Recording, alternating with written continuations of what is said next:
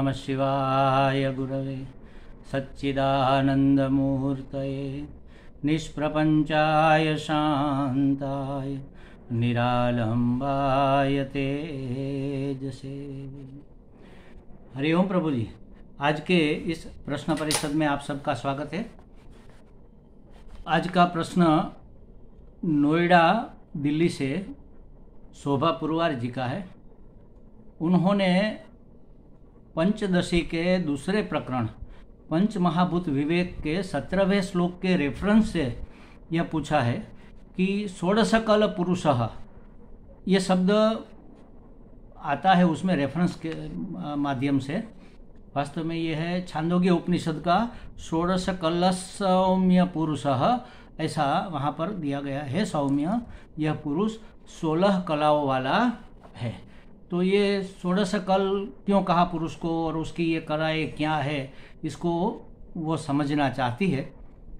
तो देखो प्रभु जी, हमारे यहाँ ये मान्यता है, वैसे तो भगवान सभी पूर्ण ही होते हैं, लेकिन सूर्य 12 राशियों में घूमता है। मेष से लेकर 12वीं राशि तक 12 राशि में सूर्य का भ्रमण होता है। और सूर्यवंश में सूर्यवंशी राम प्रकट हुए, तो इसलिए उसको 12 कला युक्त पुरुष कहा गया। 12 कला उसकी मानी जाती है।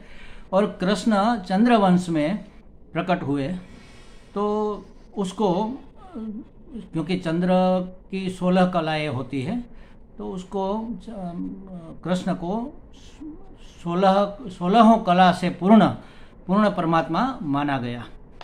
चंद्र की वैसे भी 16 कलाएँ तो कहते हैं हम, ठीक है, लेकिन होते तो 15 दिन ही है। एक अमावस्या को मिलाकर 16 होता है। प्रतिपदा से पूर्णिमा तक, और शुक्ल की और कृष्ण प्रतिपदा से शुरू करके अमावस्या तक, दोनों तरफ आप देखो तो 15-15 दिन होते हैं, लेकिन फिर भी 16 कला उसकी कही जाती है। क्यों, ये अभी हम चर्चा करेंगे। ये 16वीं कला क्या है। चंद्र की कला ये 15 है, और चंद्र स्वयं 16वां है। उससे ऊर्ध्व, दशांगल ऊर्ध्व, ऐसा भगवान के लिए कहा जाता है। परमात्मा क्या है, तो उससे भी दशांगल ऊर्ध्व, ऐसे माना जाता है। तो यहाँ पर पुरुष की जो 16 कला बताई गई है वह क्या है, ये समझ लो। इस शरीर में 5 ज्ञानेंद्रियाँ हैं। अनेक जात से, अनेक प्रकार से, अलग अलग प्रकार से बताई जाती है 5 ज्ञानेंद्रियाँ। और 5 ज्ञानेंद्रियों के बाहर जो 5 विषय है, शब्द स्पर्श रूप रस गंध, ये 5 विषय, और उसकी 5 ज्ञानेंद्रियाँ, आँख नाक मतलब चक्षुरेंद्रिय, घ्राणेंद्रिय, स्पर्शेंद्रिय, त्वकेंद्रिय, स्वादेंद्रिय, रसना जिसको कहते हैं, और ये शब्द सुनने के लिए कर्णेंद्रिय। ये 5 ज्ञानेंद्रियाँ 5 विषयों को ग्रहण करती है। ये 5 विषय और 5 ज्ञानेंद्रियाँ, ये हो गए 10। और उसको चलते रहने के लिए, उसको चेतन रखने के लिए, उसमें जो ईंधन का काम करता है वह है प्राण, वह 5 है, 5 प्राण। तो ऐसे 15 मिले और एक मैं, मतलब जीव के लिए ये 15 है। तो ये ऐसे 16 कलाओं वाला पुरुष माना जाता है। दूसरा तरीका उसका ये है कि 5 ज्ञानेंद्रियाँ, 5 उसके विषय स्पर्श, शब्द स्पर्श रूप रस गंध इत्यादि 5, ये 10 हुए। और 5 अंतःकरण, हम मानते हैं अंतःकरण चतुष्टय, तो यहाँ पर अंतःकरण पंचक भी कहीं कहीं कहा है। एक जगह मैंने स्वामी अखंडानंद सरस्वती जी वृंदावन वाले के प्रवचन में, या तो उसके किसी पुस्तक में सुना था, वो अंतःकरण पंचक भी कहते हैं। इंट्यूशन जिसको हम कहते हैं, जिसको 6th सेंस ऐसा भी कहते हैं। मन बुद्धि चित्त अहंकार और 6th सेंस, जिसको जीव हम बोलते हैं, जीव बोल लो। ये ऐसे भी 15, और ये आत्मा, जीवात्मा, ये 16 कला ऐसे भी मानी जाती है। अनेक प्रकार से 16 कला मानी जाती है। बहुत जगह ये 16 सकल वस्तु आती है, 16 कलाओं वाला पुरुष माना जाता है। तो इसलिए कहा कि षोडश कला सौम्य पुरुष है, पुरुष ये 16 कलाओं वाला है। क्यों वहाँ पर इसका ये रेफरेंस दिया गया, ये महत्वपूर्ण बात है। 16 कला क्या, यह तो समझ में आ गई बात। देखो ये प्रकरण है पंच महाभूत विवेक। पंच महाभूत क्या है, कहाँ से उत्पन्न हुए, फिर क्या क्या उसका कार्य होता गया, क्या क्या उसका रूपांतरण होता गया, उसमें विकार होते गए, और ये मनुष्य और ये पूरी समष्टि सृष्टि कैसे बनी, इसका विवेक करना चाहिए। तो पता चलेगा कि इसके अधिष्ठान के रूप में मैं हूँ।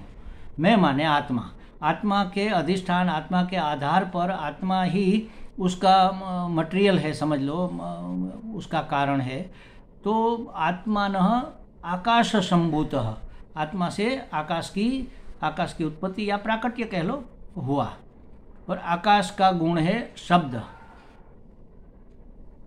ये अभी शुद्ध महाभूत है, उसमें कोई मिश्रण नहीं हुआ है। तो शब्द तन्मात्रा कहते हैं, तत्मात्रा, शब्द के रूप में आकाश की उत्पत्ति हुई, समझ लो। फिर जब घनीभूत होता है तब आकाश बनता है। शब्द तन्मात्रा, तत्मात्र उसको कहेंगे तन्मात्रा। तत् माने वह, वही मात्र, तो शब्द ही मात्र प्रकट हुआ। इसलिए हमारे यहाँ यह भी माना जाता है कि शिव जी है तो शिव जी के डमरू की जो आवाज़ है उसमें से ये सृष्टि उत्पन्न हुई है। नाद सृष्टि इसको कहते हैं, नाद सृष्टि। तो शब्द पहले उत्पन्न हुआ, उसमें से बाकी सब हुआ। शब्द ये आकाश का गुण है, और उसमें जो चैतन्य है वह परमात्मा है। तो परमात्मा की चेतना से चेतनवंत होकर शब्द गति करता है और हमें सुनाई देता है, मतलब अपनी शक्ति प्रकट कर सकता है। शब्द अपनी शक्ति, शब्द में एक शक्ति रहती है ज्ञान कराने की, तो वह होती है। आकाश से वायु उत्पन्न हुआ, तो वायु में अपना एक गुण है स्पर्श वायु का, और शब्द गुण आया आकाश से, क्योंकि आकाश से वह उत्पन्न हुआ। तो कारण का गुण कार्य में होता ही है, पिता के गुण पुत्र में होते ही है। तो आकाश का गुण शब्द और वायु का अपना गुण स्पर्श, ये दो गुण आए, और चैतन्य परमात्मा की चेतना वो तो आ ही रही है कंटिन्यू, माला में धागे की तरह वो कंटिन्यू होती जा रही है। फिर वायु से उत्पन्न हुआ अग्नि, तो अग्नि का अपना गुण है रूप, और शब्द और स्पर्श आगे से चले आ रहे हैं, वंश परंपरागत, और चैतन्य भी चला आ रहा है। तो चैतन्य की चेतना से शब्द स्पर्श और रूप तीनों हमें अग्नि से प्राप्त होते हैं, अग्नि में दिखते हैं, अग्नि से अनुभव में आते हैं।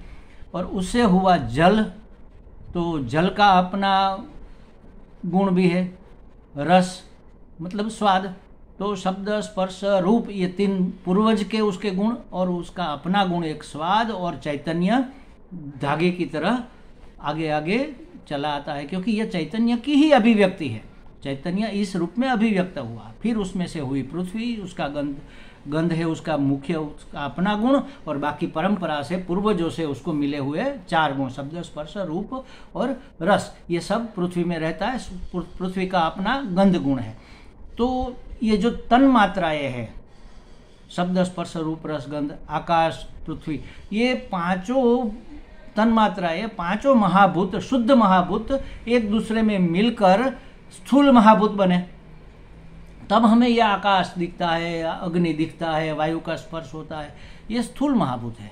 तो उसके जो शब्द स्पर्श रूप रस गंध है, उसी पंच महाभूतों के सत्व गुण से हमारी ज्ञानेंद्रिया बनी है, उसके सत्व गुण के समूह से। तो ज्ञानेंद्रियों में हर एक इंद्रिय को अपने अपने विषय का अनुभव होता है। आँख है रूप का ग्रहण करती है, मतलब रूप तन्मात्रा, मतलब अग्नि से आँख की उत्पत्ति मानी जाएगी, उसका ऐक्य, उसका सारूप्य माना जाएगा। तो ये पांचों ज्ञानेंद्रियां शब्द स्पर्श रूप रस गंध का अनुभव करती है। अच्छा, अंतःकरण की उत्पत्ति भी पंच महाभूतों के सत्वगुण से हुई है। तो अंतःकरण में मन बुद्धि चित्त अहंकार। मन, आँख देखती तो है रूप को, लेकिन उसका विषयीकरण मन से होता है, उसका ग्रहण मन से होता है। रूप देखा, आँख तो उठा कर दे देगी अंदर मन को कि लो भाई ये ऐसी चीज़ है, अब आप उसको लाल कहो, पीला कहो, हरा कहो, सुंदर कहो, कुरूप कहो, जो कहना है कह दो। अब मन ने उसको ग्रहण किया, अब उसको क्या कहना, सुंदर कहना, असुंदर कहना, लाल, लीला, पीला क्या कहना। उसका स्पर्श किया तो ठंडा लगा, गर्म लगा, खुरदरा लगा, स्निग्ध लगा, कैसा लगा, ये सब मन के पास जाकर ठहर जाता है। मन देता है बुद्धि को, बुद्धि निश्चय करती है कि भाई ये सुंदर गुलाब का फूल है, उसमें इतनी मधुर सुगंध है, इतना कोमल स्पर्श है। तो ऐसे हमारा व्यवहार चलता है। तो ये 5 का जो चल रहा है ना, 5 तन्मात्रा, 5 महाभूत, 5 ज्ञानेन्द्रिया, 5 प्राण, 5 अंतःकरण, अंतःकरण पंचक भी कहते हैं इंट्यूशन को मिलाकर। तो ये जो 5 मिलाकर 3 पंचक को लेकर 15 होते हैं और एक जीवात्मा। आप किसी भी 3 पंचक को ले लो और एक जीवात्मा को उसमें रख दो, क्योंकि बिना जीवात्मा के तो ये सब बिल्कुल निठल्ले हो जाएंगे। भगवान ने सृष्टि का सर्जन किया, ये खोखे बना दिए। फिर सभी देवताओं को कहा कि जाओ अपने अपने स्थान ग्रहण कर लो। तो सूर्यदेव आ गए, आंख में बैठ गए, अग्निदेव आके वाणी में बैठ गए, दिग देवता आकर कान में बैठ गए, हर एक अपनी अपनी जगह पर बैठ गया। इंद्र आकर हाथ में बैठ गया, हाथ के देवता इंद्र है। विष्णु आकर पाँव में बैठ गए। तो ऐसे सब अपनी अपनी जगह बैठ गए, लेकिन अभी भी ये निर्जीव खोखा ही पड़ा है। भगवान ने कहा कि मेरे बगैर ये सब क्या करेंगे। तो सब नीचे अंगूठे से प्रवेश किया था सबने। भगवान ने ऊपर से ब्रह्मरंध्र से प्रवेश किया। राजा है ना, वो तो मुख्य द्वार से आएंगे। तो वहाँ से भगवान ने प्रवेश किया और सब कार्यान्वित हो गया। सब पूरा का पूरा शरीर, सभी इंद्रियां कार्यान्वित हो गई। अब भगवान ने जब प्रवेश किया, मतलब चैतन्य ने प्रवेश किया और उसने देखा कि मैं इतना सा हूँ, तो ये परिच्छिन्नता का भाव आने से उस आत्मा का जीवात्मा हो गया। मतलब उसने मान लिया कि मैं जीवात्मा हूँ। तो ये जीवात्मा ये 16वां अंग माना जाता है। बाकी के 5 के 3 पंचक आप कोई भी ले लो। अनेक प्रकार से 16 सकल कहा जाता है। कृष्ण भगवान की 16 कलाएं वो अलग गिनाई जाती है। उसमें जो धैर्य था, उसमें जो साहस था, उसमें जो प्रसन्नता थी, ये सब उसके जो गुण है वह उसकी 16 कलाएं मानी जाती है। तो ऐसे कुछ भी आप समझ सकते हैं। कहने का मतलब ये यहाँ पर पंच महाभूत विवेक है, प्रकरण जो है उसके अनुसंधान से हमें समझना चाहिए। कौन से रेफरेंस से 16 सकल कहा गया है, उस रेफरेंस से उसका आशय निकालते हैं। यहाँ पंच महाभूत विवेक कहा है, तो पंच महाभूत पहले मूल जो अवस्था में थे, तन्मात्रा, शब्द, स्पर्श, रूप, रस, गंध, ये 5 उसको ग्रहण करने वाली हमारी 5 ज्ञान इंद्रियां और 5 प्राण उसको चलाने के लिए, और 16वां जीवात्मा। ऐसा करके 16 सकल पुरुष। छांदोग्य में भी यही रेफरेंस है, 16 सकल पुरुष। अपने शिष्य पुत्र को ऋषि कहते हैं कि तुम ऐसा एक काम करो कि 15 दिन भोजन बंद कर दो, सिर्फ जल पीना, क्योंकि प्राण जल से चलते हैं। प्राण निकल गया तो फिर ये सब निर्जीव हो जाएंगे। जल पीना, भोजन मत करना। वो इतना होशियार था, ऋग्वेद की ऋचाएं बोलो तो बोल देता था, सामवेद की बोल देता था, कोई भी प्रकरण उठाओ, ये उपनिषद बोलो तो कड़ कड़ कड़ कड़ कड़ बोल देता, इतना मेधावी था। 15 दिन उपवास करके फिर कहा कि अब ये ऋचाएं बोलो या इस उपनिषद के मंत्र बताओ। तो उसने कहा मुझे याद तो था, लेकिन गुरुजी अभी मुझे याद नहीं आ रहा है। तो ऐसा करो, थोड़ा धीरे धीरे खाना शुरू करो, 15 दिन तक खाना खाओ, फिर वापस आओ। फिर वापस आया, फिर बोला कि अब बताओ ये उपनिषद, कैवल्य उपनिषद बोल दो। तो कड़ कड़ कड़ कड़ कड़ बोलने लगा। अब मुझे सब याद आ गया, क्योंकि उसकी जो कला है लुप्त हो गई थी ना, जैसे चंद्र की होती है ना, कृष्ण पक्ष में पहले पूर्णिमा का चंद्र है, थोड़ा कम हो गया, फिर थोड़ा कम, फिर थोड़ा कम, फिर थोड़ा कम, ऐसा करते करते अमावस्या बिल्कुल अंधेरा हो गया। तो उसी तरह उसकी स्मृति अंधेरे में लुप्त हो गई थी बिना भोजन किए, क्योंकि पुरुष की ये 16 कलाएं निर्जीव हो गई भोजन के बिना। फिर भोजन शुरू किया तो फिर से स्मृति जाग गई, मन बुद्धि चित्त अहंकार काम करने लगा, ये 5 ज्ञानेंद्रियां काम करने लगी, शरीर काम करने लगा, प्राण सबल हो गए। मन, अन्न से मन बनता है, तो मन भी ठिकाने पर आ गया। तो इस हिसाब से वहाँ पर भी पंचभूतों का ही रेफरेंस है। तो पंच महाभूत तन्मात्राओं के हिसाब से लेकर पंच महाभूत जो प्रपंच हुआ है, जिसका पंचीकरण हुआ है, ऐसे पंच महाभूत को ले लो, पंच प्राण को ले लो, पंच ज्ञानेंद्रियों को ले लो, अंतःकरण पंचक समझ लो, जो भी आपको जैसे समझ में आ जाए उस हिसाब से इसको समझना चाहिए। रेफरेंस क्या है, बस इस हिसाब। पंच महाभूत प्रकरण है तो विवेक करना है कि यह पूरा का पूरा शरीर ये पंच महाभूतों का बना है, लेकिन वह टिका है किसके हिसाब से? मेरे हिसाब से। उसको टेक्का देने वाला जो है वह मैं हूँ। अपनी पहचान करने के लिए भूत विवेक है। भूत क्या है यह जानने के लिए नहीं, लेकिन यह जानने से पता चलेगा कि मैं ये नहीं हूँ, मैं तो इसको जानने वाला हूँ। शब्द स्पर्श रूप रस गंध ये 5 विषय को ग्रहण करने वाली इंद्रियां मैं नहीं हूँ। हम कहते तो है कि मैंने देखा, मैंने नहीं देखा, मेरी आँख ने देखा, मेरे मन ने उसको ग्रहण किया, विषयीकरण किया, मेरी बुद्धि ने उसका निश्चय किया कि ये सही है या गलत है, अच्छा है या बुरा है, जो भी। और फिर मेरी कर्मेंद्रियों ने उसका रिस्पॉन्स दिया। सांप है तो वहाँ से भागे, और फूल की माला पड़ी है तो उसके नज़दीक गए, उठा लिया, सूंघने लगे, साइड में रख दिया, या किसी तुलसी की क्यारी में उसको विसर्जन कर दिया, गंगा में विसर्जन कर दिया। ये सब तो ये सब होता कब है? जब मैं हूँ तब ही तो होता है। मैं नहीं हूँ तो चाहे पाँव है, चाहे आँख है, चाहे हाथ है, कुछ क्रिया, कुछ प्रवृत्ति नहीं हो सकती, कुछ लेना देना ही नहीं है। सब विलय हो जाएगा अगर मैं नहीं रहूँ तो। सिर्फ मैं आंख बंद कर लूँ, जगत दिखना बंद हो जाएगा। कहाँ है जगत? आंख बंद कर दो, कहाँ है जगत बताओ अब। तो जगत तुम्हारा दृष्टिकोण है। जगत वास्तव में अपने आधार पर नहीं टिका है, तुम्हारे आधार पर टिका है। तो उसको आधार देने वाला, उसका अधिष्ठान, उसको टेक्का देने वाला कौन है? वह तुम हो। यह जानने के लिए पंच महाभूत विवेक है। पंच महाभूत क्या है यह जानने के लिए नहीं है, ये तो जान लेंगे हम, क्योंकि यह तो बुद्धि का विषय है, ये समझ का विषय, ये तो समझ लेंगे। लेकिन समझ के ऊपर जो समझना है वह यह समझना है कि इसका टेक्का देने वाला, उसका आधार, उसका अधिष्ठान चैतन्य, अनंत चैतन्य में आत्मस्वरूप में रहा हुआ हूँ। हमें लगता है शोभा जी को कुछ स्पष्टता हो गई होगी। और आपने जो पंचदशी मुझे फोटो भेजी है वह खेम का प्रकाशन है, थोड़ी हार्ड है, वो कठिन है। दूसरी भी आती है शंकरानंद जी की, 4 भाग में है, मैं इसकी फ़ोटो आपको भेजता हूँ। अगर आपको पंचदशी सरलता से सीखना है तो इसको आप ले लो और इसमें से अध्ययन करो, तो आपको सभी बातें सरलता से स्पष्ट होती जाएगी।